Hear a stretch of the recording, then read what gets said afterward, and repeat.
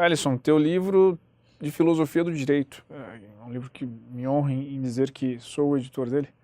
É um livro com mais de 600 páginas, é um livro que ele passa magistralmente pelo longo da história da filosofia do direito, do pensamento humano. É um livro que inclusive surpreende isso, ele é uma consistência da densidade dele em todos os períodos. Outros grandes filósofos ignoraram alguns períodos, você fez questão de dizer que ali houve filosofia também, tendo sensibilidade em captar isso. Inclusive ao final dele, né, os contemporâneos, muitas das vezes eu vejo livros que falam só dos que já morreram, mas os contemporâneos, até para ter a sensibilidade, saber quem é aqueles que serão comentados no futuro, são esquecidos, porque não tem essa sensibilidade. Você comenta da filosofia contemporânea, você inclusive sistematiza a filosofia do direito contemporâneo de uma forma didática, única, que poucas pessoas sistematizaram dessa forma. Ao longo dessa linha toda, como você se classificaria? Onde você entraria?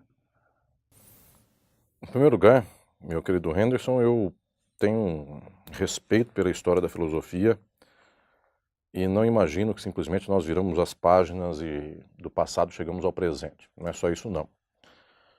O que temos hoje em termos de pensamento filosófico é um resultado de um acúmulo que também não é simplesmente uma soma, é uma espécie de embate, é uma espécie de desgaste, é uma espécie de luta de momentos da história do pensamento e de visões da história do pensamento, de tal sorte que, de alguma maneira, a filosofia é a expressão de uma luta social, de classe, de grupo, porque o modo de pensar representa também o horizonte daquilo que legitima um tempo, que contesta um tempo. Então a filosofia não se apresenta simplesmente como rol, como desfile de filósofos no tempo histórico. Ela envolve posições e dimensões dessa mesma luta. No meu livro Filosofia do Direito eu insisto com a ideia de que não se pode tomar os tempos filosóficos como iguais em sequência cronológica, nem tampouco se pode ter nesta história o mesmo modelo com variantes apenas do tempo, mas o mesmo princípio que unifica a filosofia. Eu insisto muito, inclusive, na entrada do livro Filosofia do Direito, com esta humildade de dizer que filosofia, se tem algo por unidade, talvez seja apenas a referência à palavra filosofia, porque, ao final das contas, não há nada mais distinto do que Aristóteles e Tomás de Aquino. E olhe que o próprio Tomás de Aquino queria ser aristotélico, mas são modos de construção filosófica distintos. E, em especial, alguns modelos filosóficos são legitimadores do seu tempo, enquanto outros são críticos. Basta dizer que eu falei de São Tomás de Aquino e foi considerado santo. E basta dizer que Aristóteles foi exilado por pensar o que queria. Santo Agostinho é considerado santo, louvou o feudalismo. E Platão foi preso 2 vezes. Sócrates morreu. São sortes distintas, são mecanismos de construção teórica que impactam os tempos também de modos distintos. O fato é que nós só nos posicionamos filosoficamente a partir disto que é um emaranhado contraditório de coisas que não têm unidade, mas que, de alguma maneira, a história considerou num certo amálgama, que a nossa tradição hoje faz desse modo o amálgama, mas uma certa coesão, chama tudo isso de filosofia. Mas, tecnicamente, não é a mesma coisa ser filósofo como um medieval europeu, ou como um grego antigo, ou como um moderno também europeu. São circunstâncias de vida e modelos de pensamento e de mundo totalmente distintos um do outro. Nós só nos forjamos intelectualmente ao beber dessa fonte, porque nossa tradição filosófica se referencia a esse passado, concordando com alguns dos seus termos, tomando certos princípios como referenciais, certos conceitos como centrais, até mesmo para alguns dos debates de hoje. Nesse sentido, eu insisto no livro Filosofia do Direito que o público leitor, que o aluno, que o estudante, que aquele que quer conhecer a filosofia do direito e a filosofia, deva fazer esta sistematicidade de compreensão histórica, porque sem a qual não é possível, inclusive, estar situado no debate da atualidade, situar-se neste momento que é a filosofia contemporânea. Meu próprio posicionamento em termos filosóficos, no entanto, reconhecendo esta historicidade de fundo da formação filosófica, minha posição pessoal pela filosofia contemporânea, eu digo nas partes finais do Filosofia do Direito que há 3 caminhos da filosofia do direito contemporânea, mas faço a ressalva de que muita gente pode estar vivendo na idade contemporânea sem declarar-se, nem tampouco sem se apoiar em filosofias contemporâneas. É possível estar do século XIX até o século XXI emulando e reproduzindo e ecoando modelos filosóficos do século XVIII para trás. Portanto, há muita gente ainda no século XXI cujo modelo de explicação de mundo é teológico. Quando isto gera algum grau filosófico, esse modelo filosófico, em boa parte das vezes, é medieval. Então é possível que haja pessoas na idade contemporânea pensando a partir de modelo filosófico medieval. Respeito essas posições, no entanto, penso que a leitura filosófica e as melhores posições filosóficas devam ser alinhadas com o que de melhor os nossos tempos tenham construído e também em favor das lutas que são do nosso tempo, das contradições, na compreensão das contradições que são da nossa época.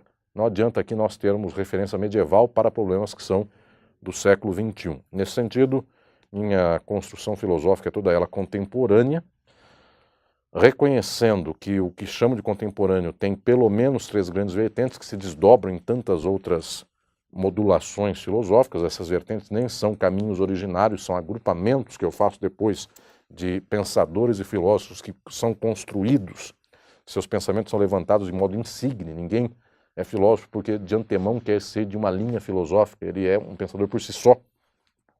E daí, então, uma certa história da filosofia faz o alinhamento desse pensador com outro próximo, gerando daí uma corrente, um horizonte filosófico comum. Sou, portanto, me penso filosoficamente na filosofia contemporânea, certamente a partir de um horizonte crítico, de onde bebo, inclusive, minha referência, e também, sabendo disso, partindo, arrancando-me filosoficamente de um eixo muito frágil, combatido e perseguido pela própria lógica da reprodução do mundo presente. Meu jeito, meu modo, meu modelo de abertura filosófica não é igual, obviamente, do passado a dessa gente, mas é o modelo de quem bate no seu tempo e apanha do seu tempo. Portanto, é um modelo de conflito e briga e luta com o que está estabelecido. O de Sócrates foi isso, o de Platão foi isso, o de Aristóteles foi isso, o dos medievais não foi. Dos modernos, de alguns foi isso, eventualmente de Rousseau foi assim, mas do resto não foi. Da maioria do resto não foi. Dos contemporâneos, alguns legitimam seu tempo, outros não. Meu modo de pensar filosófico é contra este tempo e as estruturas deste tempo. Portanto, é contra a sociabilidade capitalista e em favor de uma transformação social. Isso não quer dizer que minhas referências se bastem simplesmente neste campo tecnicamente crítico. O nome crítico aqui eu dou a estas correntes que advêm do marxismo. Dentro do próprio marxismo, minha formação busca uma reflexão a partir de alguns modelos, alguns autores, alguns horizontes privilegiadamente.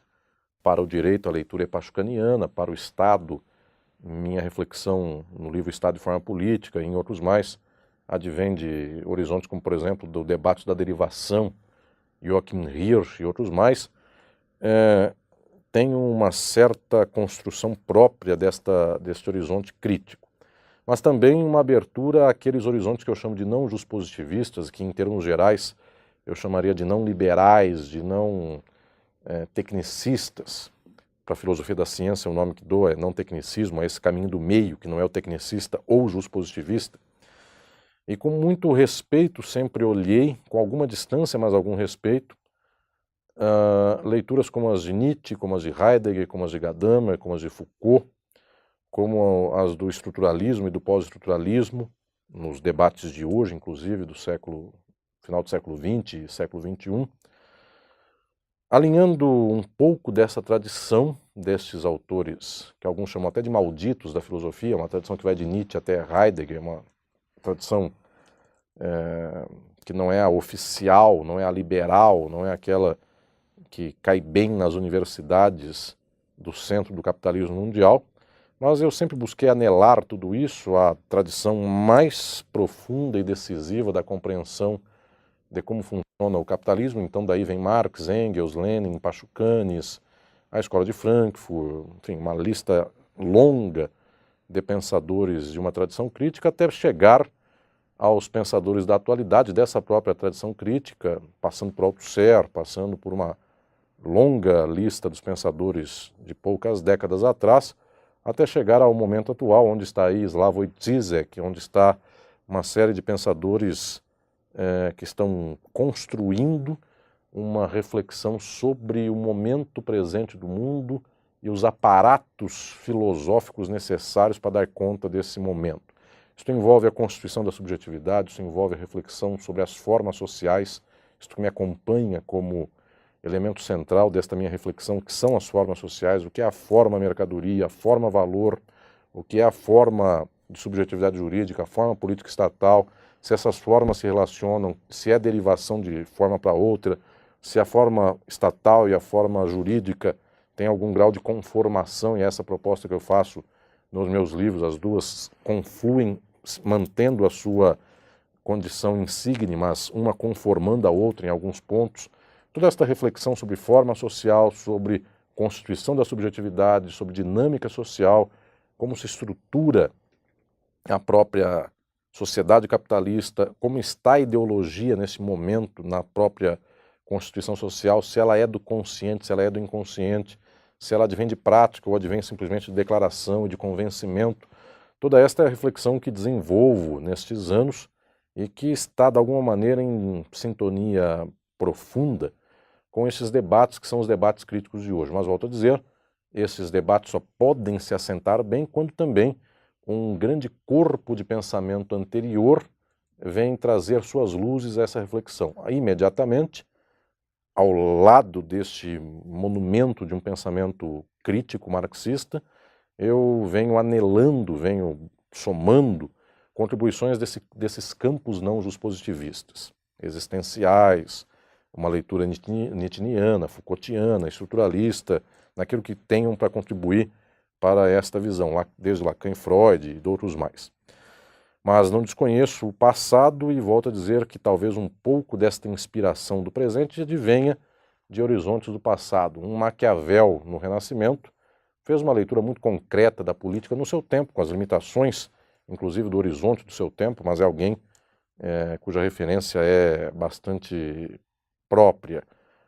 Se nós retomarmos ainda o passado, Platão e Aristóteles são incontornáveis para qualquer leitura jurídica, política e social que nós queiramos fazer hoje, não porque seus termos são iguais aos de hoje, mas porque certos modelos, inclusive de temática de assunto, como pensar um problema hoje diferente, mas como dividi-lo em proporções ou fragmentos, isso advém daquele momento. E os próprios modernos, muito daquilo que se trabalha na atualidade, passa por problemas que são expostos por pensadores da modernidade que têm contribuição para a atualidade. Rousseau serve, inclusive, não talvez de modelo de filosofia em termos de conteúdo, mas em termos de impulso, o que é ser filósofo e o que é ser contestador no mesmo tempo. Hegel, na antessala da contemporaneidade, há, portanto, uma longa lista do passado que, de alguma maneira, é como se fosse um exército oculto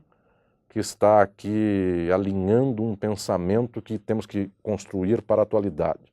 Ao falarmos de uma coisa ou outra, tem uma história de 3.000 anos de pensamento por detrás disso, e é com respeito que eu olho para essa história, é com respeito que, inclusive, eu me afasto de algumas leituras e proponho outras leituras, reconstruo, portanto, este sistema filosófico, entendendo muito desse passado, enfrentando com muita abertura e com muita humildade o que o passado tem a nos dar e que eventualmente nós não gostamos. Portanto, é tentar entender também o olho daquele tempo, a leitura e o horizonte daquele tempo, mas sem perder esta força e este impulso crítico que definem o modo de produzir filosófico do nosso momento atual.